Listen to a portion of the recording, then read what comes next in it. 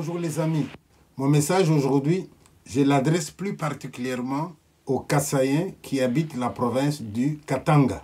Comme tous les Congolais, nous attendons la proclamation des résultats des élections. Lorsque ce sera chose faite, nous allons avoir des réactions des gens. Je sais qu'il y a des gens qui seront frustrés, ils seront en colère et ils vont vouloir exprimer leur colère. Il y a des gens qui seront contents, qui vont jubiler. Ils vont vouloir exprimer leur joie. Il y aura aussi des gens qui seront neutres, qui observent. En regardant dans les réseaux sociaux, nous voyons alors des gens qui excitent, nous voyons aussi des gens qui conseillent. Je voudrais ici remarquer les messages de 2 ou 3 Katangais, dont je ne vais pas citer le nom, qui donnent des conseils aux autres pour dire « acceptons les résultats ». Ça ne sert à rien de nous alarmer, ça ne sert à rien de nous battre.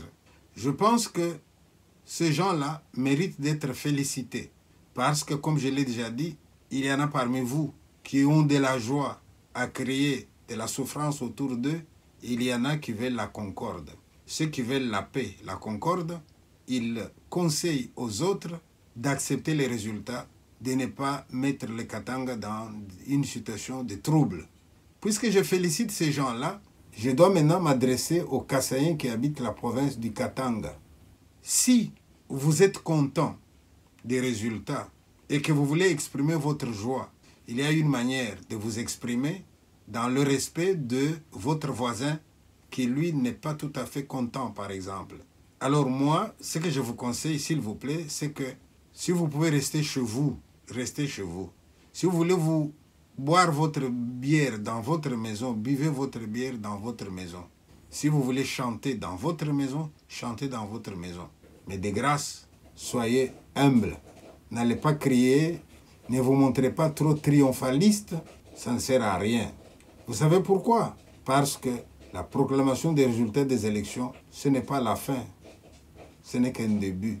Un président, qu'il soit katangais, kassaïen ou d'ailleurs, n'a pas une baguette magique. C'est vrai que c'est un meneur d'hommes qui doit mettre tout le monde au travail. Celui qui sera élu président, il va avoir une tâche directe, la tâche qui consiste à rassembler tout le monde.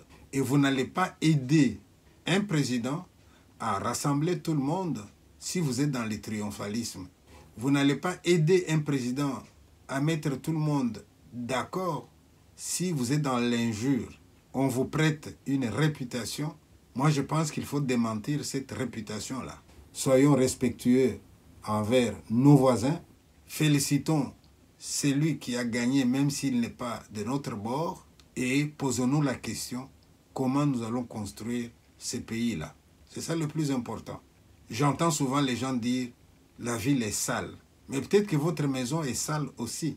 J'entends dire, on n'a même plus la formation comme avant. Très bien. Comment est-ce que vous-même, vous soignez vos enfants à la maison? Vous en avez combien d'ailleurs? Un président de la République a un rôle. Chacun d'entre nous, nous avons aussi un rôle à jouer. Donc, merci à ceux qui conseillent les gens pour aller dans le sens de la paix et garde à vous si vous voulez vous mettre dans la catégorie des gens qui vont briller par l'orgueil, qui vont briller par le triomphalisme. Sachez que vous ne représentez pas tous les Kassaïens. Moi, dans les conseils que je pourrais donner au nouveau président, par exemple, ça serait de lui dire de savoir individualiser les crimes. Moi, je ne me sens pas responsable d'un crime commis par quelqu'un qui serait de ma communauté. C'est quoi d'ailleurs ma communauté? Il y a des gens parmi nous qui sont nés quelque part. Mais on leur dit, oui, mais votre grand-père était né ailleurs. Qu'est-ce que cet individu a à voir avec le village d'où est venu son grand-père? Un village où il n'a jamais été d'ailleurs. Il y a peut-être des choses qu'il va falloir changer dans la Constitution, mais je vous conseille de vous mettre chacun à sa place, de laisser faire les institutions et les personnes que nous avons mandatées.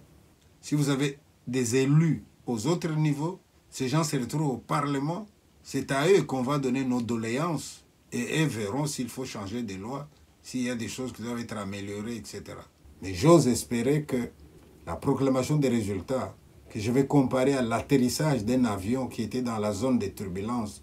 J'ose espérer que cet atterrissage va se faire très bien et que l'avion va être bien rangé dans les hangars et que les passagers vont rentrer chez eux calmement.